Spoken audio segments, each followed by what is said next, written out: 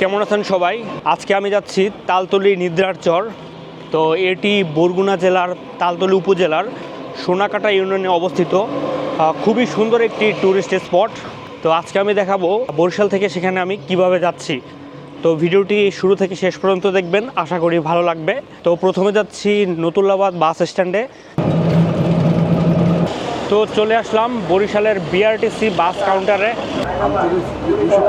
250 টাকা। তো উঠে পড়লাম বরিশাল থেকে কুয়াকাটাগামী এসি বাসে। বিআরটিসি এসি বাসে প্রচুর ভিড়, একদম শেষের সিট পাইছি। এটা কিন্তু 7টার সময় ছাড়ে নতুল্লাবাদ বিআরটিসি কাউন্টার থেকে, আর রূপাতলি থেকে সকাল 7:20-এ ছাড়ে। তো আমরা এখন প্রথমে যাব আমতলী, আর ভাড়া হচ্ছে জনপ্রতি 250 টাকা করে। আমাদের সাথে আছে তন্নি আর তন্নির বোন রুবি। সজীব আছে।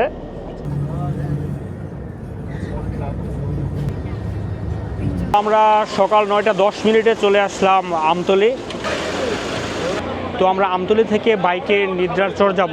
আচ্ছা, বাইকের ভাড়া হচ্ছে একজন গেলেও 450 টাকা, দুইজন গেলেও 450 টাকা। তো আমরা 2 গাড়ি নিচ্ছি, টোটাল 900 টাকা। আচ্ছা, তোমরা ওইটাতে উঠো।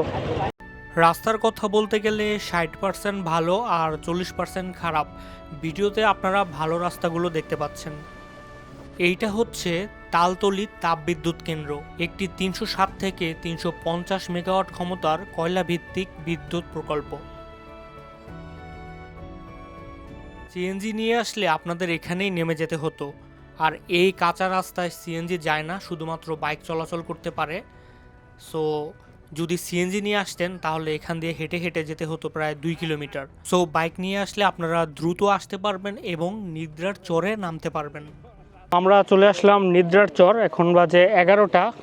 তো বাইকে আমাদের এখানে আসতে প্রায় 1.5 ঘন্টা লাগছে। বাইকে আসাই বেটার হবে আমি মনে করি। এখানে একটা হোটেল আছে, আমরা একটু নাস্তা করব। এখানে আছে সিঙ্গাড়া, চাইলে কিন্তু ভাত খেতে পারবেন, চিংড়ি মাছ ভুনা, সবজি, তারপরে গরুর মাংস, চিংড়ি মাছ ভুনা, পোয়া মাছ ভুনা। আচ্ছা, তারপর রামসস মাছ আছে, আর ডিম ভুনা আছে, আর মুরগির মাংসও আছে, ডাল আছে, সাদা ভাত। এই হচ্ছে এখানে খাবার আইটেম এই হোটেলের। তো চলুন এবার একটু নিদ্রার চর ঘুরে দেখা যাক। এখন জোয়ার নাই, ভাটা চলতেছে।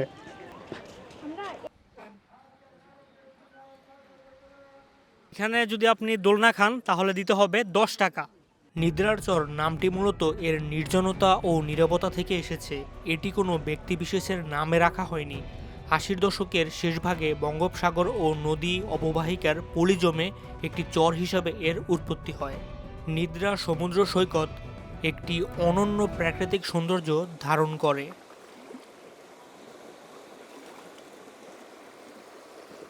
তালতলীর এই নিদ্রার চরে এসে আমার খুবই ভালো লাগতেছে।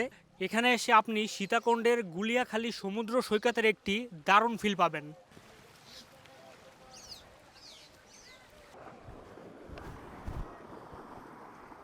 একদিকে রয়েছে সুবিশাল বঙ্গোপসাগর, অন্যদিকে শান্ত নদী, এবং মাঝখানে রয়েছে কেওড়া, গেওয়া, শৈলা, জিলাপি, বাইন, সুন্দরী ও শিশু গাছ সহ বিভিন্ন প্রজাতির ম্যানগ্রোভ বনে ঘেরা সবুজ পরিবেশ। জোয়ার ভাটার খেলায় সবুজ ঘাসের বিস্তীর্ণ প্রান্তর এবং ম্যানগ্রোভ বনের শ্বাসমূলের সমারোহ পর্যটকদের মুগ্ধ করে। সৈকতের চারপাশে ছোট ছোট গর্ত দেখা যায়, যেখানে জোয়ারের পানি খেলা করে। বাংলাদেশের অন্যান্য জনপ্রিয় সমুদ্র সৈকতের তুলনায় এখানে দর্শনার্থীদের ভিড় কম থাকায় নিরিবিলি সময় কাটানোর জন্য এটি একটি আদর্শ স্থান। জোয়ারের পানিতে নিদ্রার চর যেন প্রাণ ফিরে পায়, আর তার সৌন্দর্য হয়ে ওঠে আরও অপূর্ব।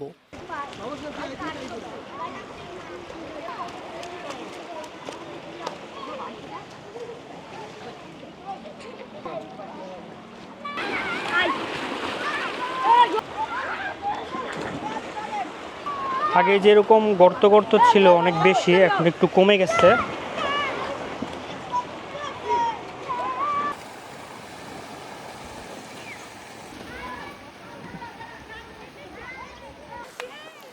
তন্নি, এতদিন পরে তোমার এই তালতলী নিদ্রার চর এসে কেমন লাগতেছে?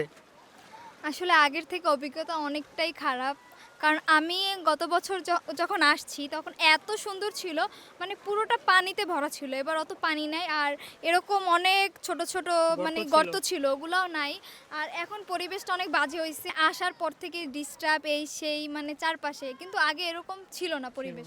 একদম পরিবেশটাই নষ্ট হয়ে গেছে। তো আশা করি প্রশাসন এই ব্যাপারে একটু নজর দিবে। এটা কিন্তু অনেক সম্ভাবনাময় ট্যুরিস্ট স্পট। এখানে যদি একটু যোগাযোগ ব্যবস্থা আর নিরাপত্তা উন্নত করা হয় তাহলে অনেকেই এখানে সারা বাংলাদেশ থেকেই ঘুরতে আসবে। আসবে। নিদ্রার চরে প্রায় 2 ঘন্টা কাটিয়ে এবার আমাদের পরবর্তী গন্তব্য শুভ সন্ধ্যা সি বিচ।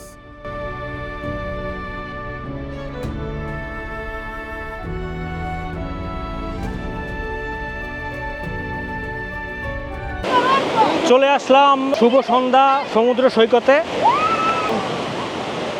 এখানে অনেক ঢেউ।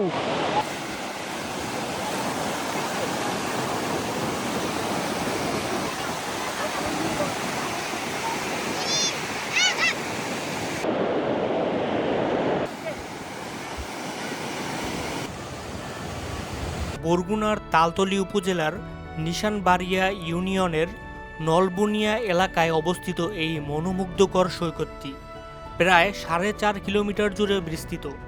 খরস্রোতা, পায়রা, বিষখালী ও বলেশ্বর নদীর মোহনায় গড়ে ওঠা এই সৈকতের প্রাকৃতিক সৌন্দর্য সত্যি অসাধারণ। নরম বালু কাবেলা, সমুদ্রের শীতল বাতাস আর দিগন্তজোড়া নীল জলরাশি পর্যটকদের মুগ্ধ করে রাখে। শহরের কোলাহল থেকে দূরে প্রকৃতির এক শান্ত পরিবেশে কিছুটা সময় কাটাতে চাইলে শুভ সন্ধ্যা সমুদ্র সৈকত হতে পারে আপনার জন্য একটি দারুণ গন্তব্য।